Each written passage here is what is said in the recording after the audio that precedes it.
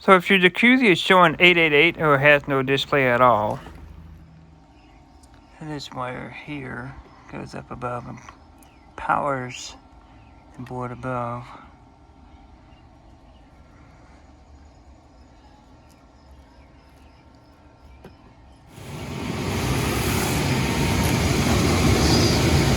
So what I've done, I connected this gray wire here, goes to the panel above, shut the power off, put it back in, turn the power back on to the breaker, and everything is working again. That's the board number.